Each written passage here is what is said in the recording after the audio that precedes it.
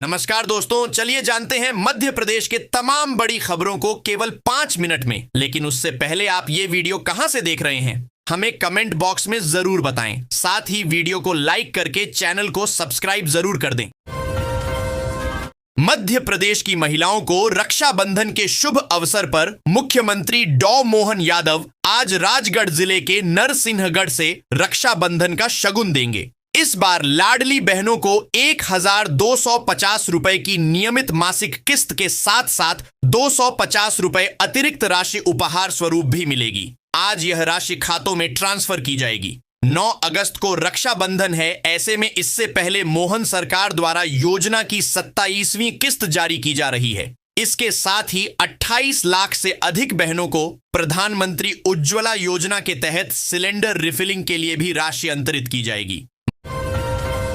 मध्य प्रदेश की राजधानी भोपाल में आज बहुत सुखद दृश्य दिखाई दिया। 2 साध्वी, 2 भगवा वस्त्रधारी बहनों का मिलन मीडिया के कैमरों में कैद हुआ। अवसर पूर्व मुख्यमंत्री उमा भारती और साध्वी प्रज्ञा सिंह ठाकुर के मिलन का था। उमा भारती प्रज्ञा सिंह ठाकुर से मिलने उनके निवास पर पहुंची थी।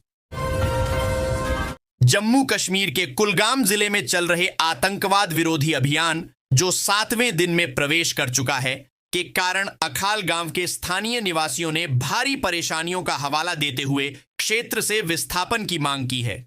ग्रामीणों का कहना है कि लगातार गोलीबारी और विस्फोटों के कारण वे रातों को सो नहीं पा रहे हैं और अब उनके घरों में खाद्य सामग्री की भी कमी हो रही है।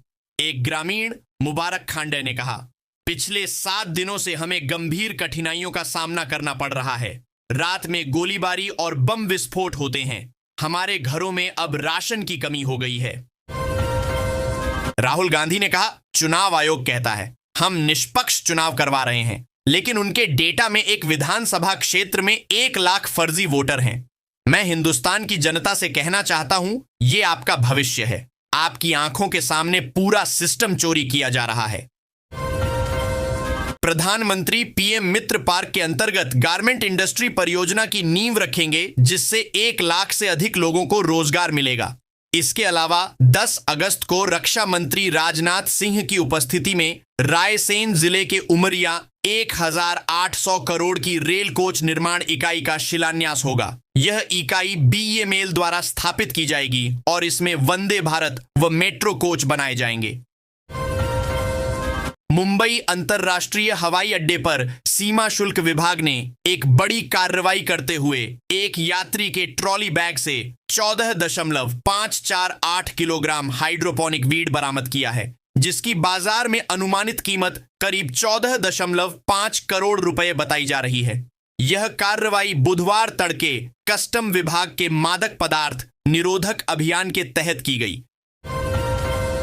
अमेरिका के राष्ट्रपति डोनाल्ड ट्रंप द्वारा भारत पर लगाए गए 50% टैरिफ के बीच पीएम मोदी का बड़ा बयान आया है। प्रधानमंत्री ने आज गुरुवार को दिल्ली में एक कार्यक्रम में कहा, हमारे लिए अपने किसानों का हित सर्वोच्च प्राथमिकता है। भारत अपने किसानों, पशुपालकों और मछुआरे भाई बहनों के हितों के साथ कभी भी समझौता नहीं करेगा। मैं जानता हूं कि व्यक्तिगत रूप से मुझे बहुत बड़ी कीमत चुकानी पड़ेगी, लेकिन मैं इसके लिए तैयार हूं। भाई बहनों के पवित्र रिश्ते का त्योहार राखी हर साल धूमधाम के साथ मनाया जाता है। इस साल 9 अगस्त को रक्षाबंधन 2025 मनाया जाने वाला है। इस दिन बहनें अपने भाइयों की कलाई पर राखी बांधकर उनकी उन्नति और लंबी उम्र की दुआ करेंगी और भाई की बहनों को रक्षा का वचन देंगे। मध्य प्रदेश के ग्वालियर चंबल संभाग में प्रधानमंत्री जीवन ज्योति बीमा योजना में बड़ा फर्जीवाड़ा सामने आया है। सरकार द्वारा चलाई जा रही इस योजना में करीब 20 करोड़ रुपए की लूट हुई है। ये कारनामा करने वाली पूरी एक गैंग है, जिसने जीवित व्यक्तियों के फर्जी मृत्यु प्रमाण पत्र बनवाकर बैंक से पैसा निकाले। आर्थिक अन्वेषण ब्यूरो ईओडब्ल्यू ने ग्वालियर, भिंड और मुरैना से 15 लोगों के खिलाफ भ्रष्टाचार निवारण अधिनियम का मामला दर्ज किया है। महाराष्ट्र की पर्यावरण मंत्री पंकजा मुंडे इंदौर शहर के कचरा प्रबंधन मॉडल को देखकर इतनी प्रभावित हुई कि उन्होंने न केवल इसकी सराहना की बल्कि यह भी कहा कि वह देश के इस सबसे साफ शहर में स्वच्छता के लिए किए गए नवाचारों को अपने राज्य में भी दोहराएंगी।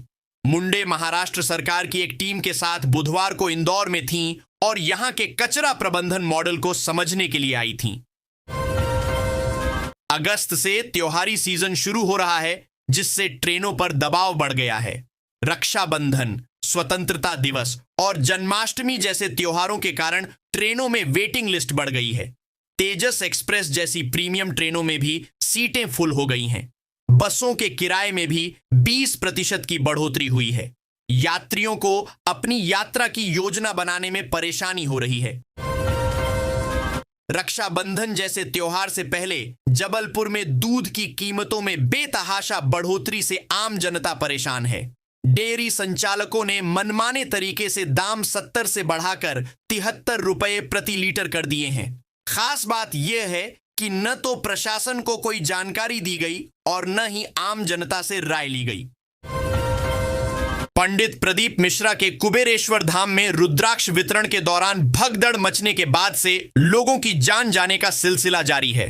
गुरुवार को 40 वर्षीय युवक अनिल की हेल्थ अचानक खराब हो गई, जिसके बाद उसे तुरंत अस्पताल ले जाया गया, जहां डॉक्टर ने उसे मृत घोषित कर दिया। केंद्रीय माध्यमिक शिक्षा बोर्ड ने कक्षा 10वीं और 12वीं बोर्ड परीक्षा सीबीएसई बोर्ड परीक्षा 2026 को लेकर हाल ही में 3 बड़ी घोषणाएं की हैं। कुछ नियम है निर्धारित किए गए हैं जिसका पालन छात्रों को करना होगा। ऐसा न करने पर उन्हें बोर्ड एग्जाम में शामिल होने की अनुमति नहीं दी जाएगी। इसके अलावा स्कूलों को भी कुछ महत्वपूर्ण निर्देश जारी किए गए। जबलपुर जिले की सिहोरा तहसील का मझगांव केवलारी क्षेत्र है, जो पहले से ही अपने खनिज संपदा के लिए जाना जाता है, अब सोने की संभावनाओं को लेकर सुर्खियों में है। हालांकि यह खबर चर्चा का विषय बन गई है, लेकिन अभी तक इसकी आधिकारिक पुष्टि नहीं हुई है। जिला खनिज अधिकारी अशोक राय ने स्पष्ट किया है कि उनके विभाग के पास ऐसी कोई जांच रिपोर्ट नहीं है जो यहां सोना होने की पुष्टि करती हो। रक्षाबंधन बाद बुध अपनी चाल बदलने वाले हैं। कर्क राशि में सीधी चाल चलेंगे। कई राशियों को इससे लाभ होगा। हर क्षेत्र में कामयाबी मिलेगी। आइए जानें किन लोगों के लिए यह समय शुभ रहेगा। मुख्यमंत्री और विभाग प्रमुखों के आदेशों को फील्ड में तैनात अधिकारी कितनी तवज्जो देते हैं, उसका उदाहरण उमरिया में सामने आया है। यहां एक सरकारी स्कूल की छत का प्लास्टर क्लास में बैठे एक बच्चे की सिर पर गिर पड्डा था, जिससे वो घायल हो गया। खास बात यह है कि घायल बच्चे को अस्पताल में उनके परिजनों ने भर्ती कराया, स्कूल स्टाफ लेकर नहीं गया। सनातन धर्म की बात करने वाले और हिंदू राष्ट्र की मांग करने वाले बागेश्वर धाम के पीठाधीश्वर पंडित धीरेंद्र शास्त्री अब प्रेमानंद जी महाराज के समर्थन में खुलकर सामने आ गए हैं। उन्होंने देश में प्रेमानंद महाराज के नाम पर हो रहे विवाद पर अपना पक्ष रखा है। धीरेंद्र शास्त्री ने कहा कि प्रेमानंद जैसे उपदेशक का विरोध करना साबित करता है कि कुछ लोगों को पेट की बीमारी है। प्रेमानंद जी महाराज जैसे संत के बारे में अनाप शनाप बोलना बहुत ही गलत बात है।